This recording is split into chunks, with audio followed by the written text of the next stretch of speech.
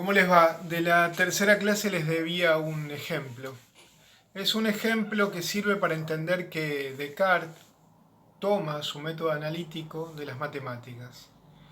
Que cuando está dispuesto, cuando entiende que lo que tiene que hacer es una filosofía lógica, una filosofía de la certeza, porque ese es el modo de quitarse a la autoridad aristotélica de encima, mira a su alrededor y se pregunta dónde hay certeza, quién tiene certeza, quién trabaja con certezas. Y se dice que la matemática trabaja con certezas, que los matemáticos, cada uno de los matemáticos, cualquier matemático, está dispuesto a defender por sí mismo y en sí mismo los resultados que sostiene, que aprende, que enseña, que transmiten. Pueden dar cuenta de la verdad de los resultados matemáticos.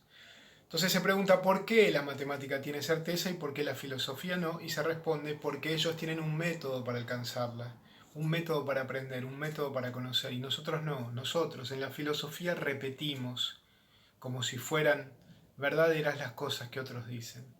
Y entonces trata de pensar Descartes cómo podría él describir ese método por el cual, cree él, los matemáticos alcanzan certeza. Y entonces piensa, o podemos nosotros pensar que piensa en un ejemplo, o podemos pensar nosotros en ese ejemplo, y preguntarnos cómo se aprende un resultado matemático, o cómo se enseña un resultado matemático. Supongamos que le queremos enseñar a alguien el teorema de Pitágoras, a alguien que tiene que dar un examen. Y entonces nosotros le decimos, bueno, el teorema de Pitágoras es muy simple, es un resultado, un viejo resultado que dice que en todo triángulo rectángulo la suma de los cuadrados de los catetos es igual al cuadrado de la hipotenusa. El que no sabe nada del teorema de Pitágoras, el que nunca escuchó nombrarlo, dice, ¿qué? ¿Qué quiere decir eso?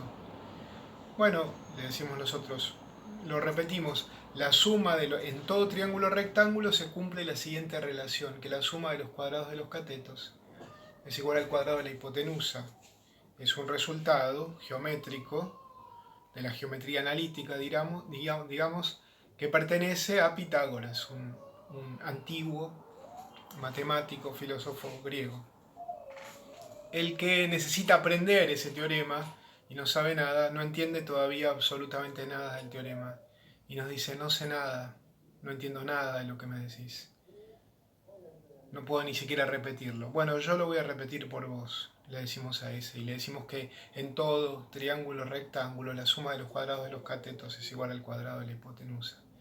¿Qué es un triángulo rectángulo? Nos pregunta entonces el alumno que no sabe nada. Bueno, le decimos, un triángulo rectángulo es algo muy simple. Un triángulo rectángulo es un triángulo que tiene un ángulo recto. ¿Y qué es un ángulo recto? Nos pregunta el alumno. Un ángulo recto es simplemente un ángulo formado por dos rectas perpendiculares que se cortan perpendicularmente, justo a 90 grados, digamos. ¿Por qué a 90 grados? Nos pregunta el alumno.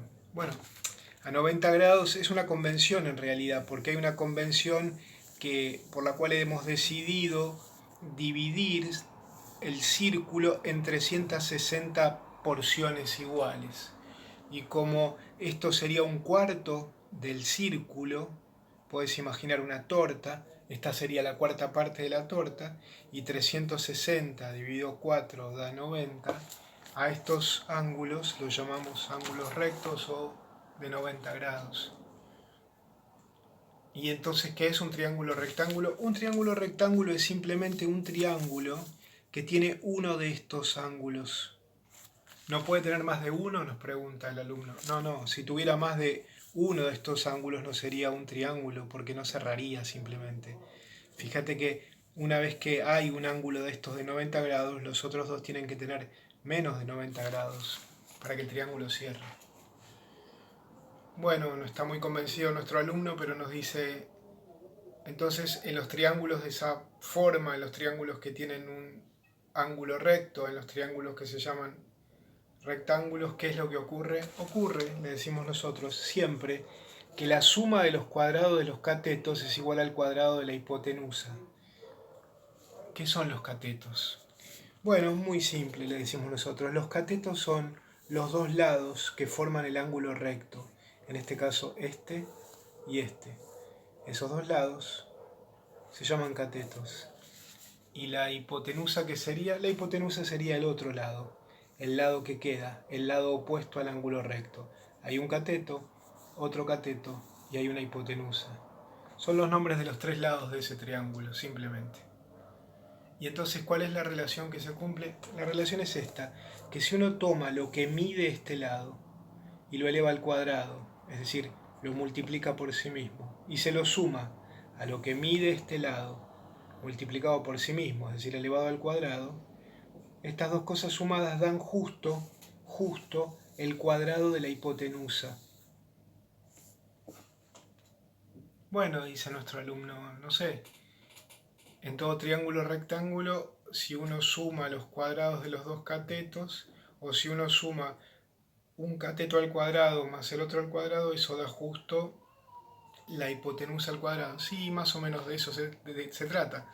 No más o menos de eso, retiro lo dicho, de eso se trata. Pero eso para qué sirve, nos diría nuestro alumno. Bueno, fíjate, puedes hacer una prueba. Supongamos que este mide 3 y este mide 4.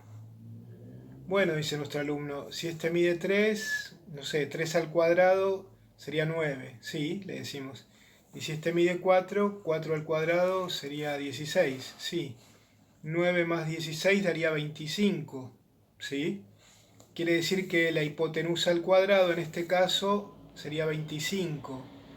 Y la raíz cuadrada de esa hipotenusa sería 5.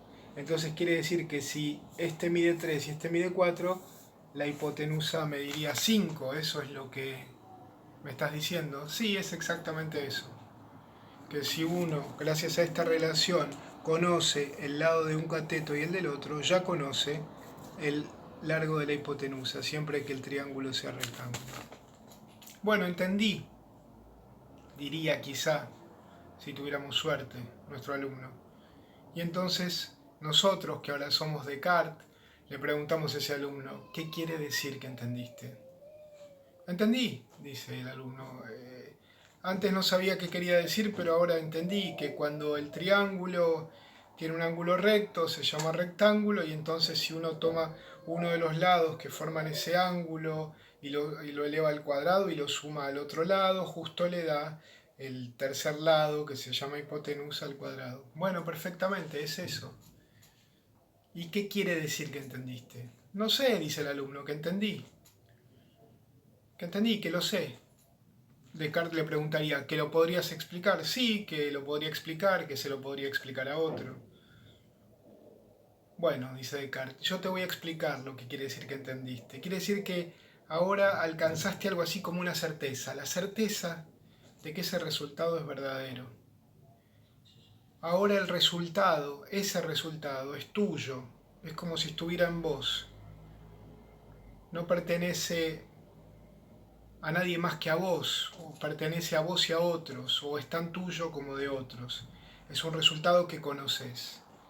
Has alcanzado certeza, pero la pregunta es otra, ¿cómo lo hiciste? Si al principio no entendías nada.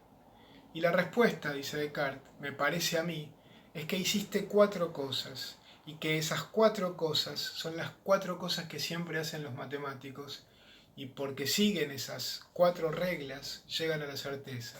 Lo primero que hiciste, mira, fue lo siguiente. Yo te dije que este teorema era el teorema de Pitágoras, un famoso matemático de la antigüedad, y vos enseguida te olvidaste de eso.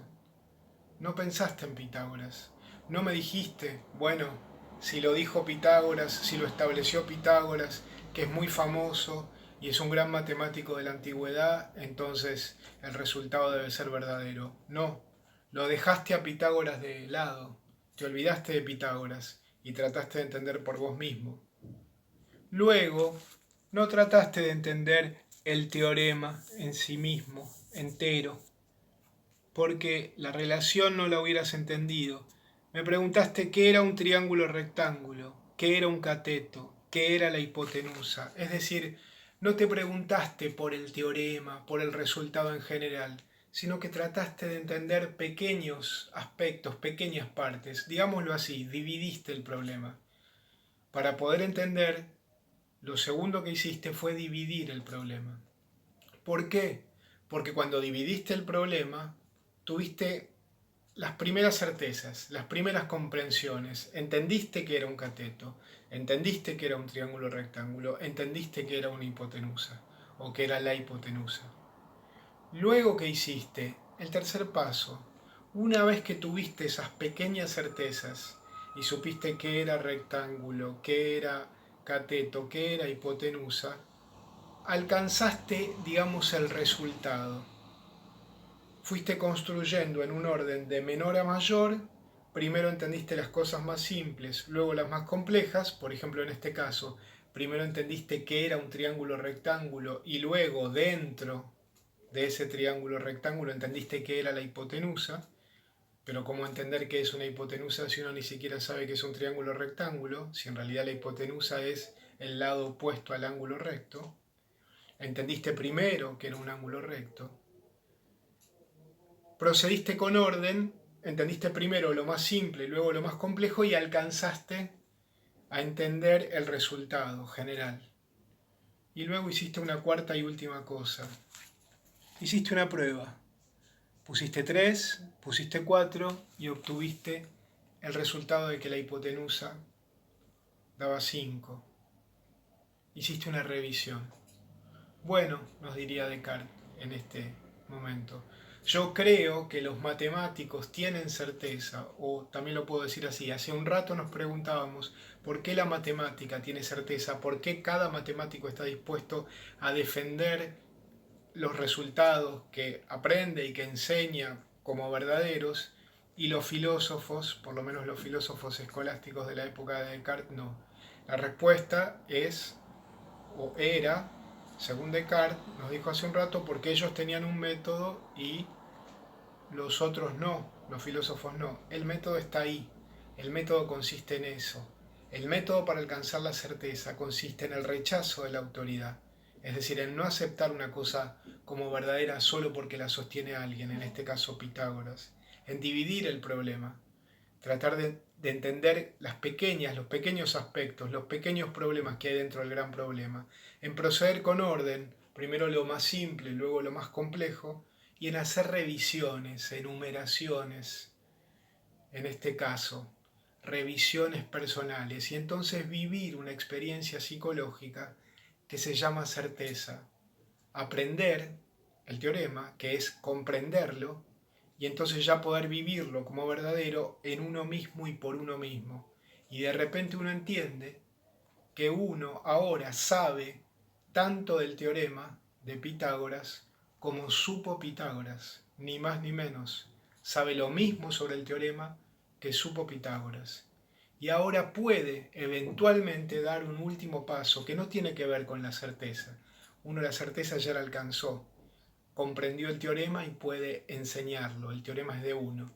Pero ahora uno puede hacer una última cosa, que es pensar qué grande que fue Pitágoras, que hace 25 siglos se le ocurrió, o dio, o alcanzó este resultado. Es decir, construir eventualmente a Pitágoras como una autoridad, pero a posteriori de mi comprensión, a posteriori de la captación de la certeza, luego de aplicar el método. De repente Descartes nos dice, en la filosofía escolástica, todo está invertido. Primero se nos pide que aceptemos la autoridad y luego, aceptando la autoridad, que vivamos como verdadero lo que se supone que es verdadero porque sostiene la autoridad. Nunca podremos hacer eso. Lo que necesitamos son certezas, lo que necesitamos es un método, lo que necesitamos es un camino a la certeza para luego, eventualmente, construir a fulano o a mengano como autoridades. Eso es lo que me propongo hacer, dice Descartes, traer ese método del rechazo de la autoridad, de la división del problema, del proceder con orden y de las revisiones, las enumeraciones personales al ámbito de la filosofía para producir una filosofía de la certeza, una filosofía sin autoridades.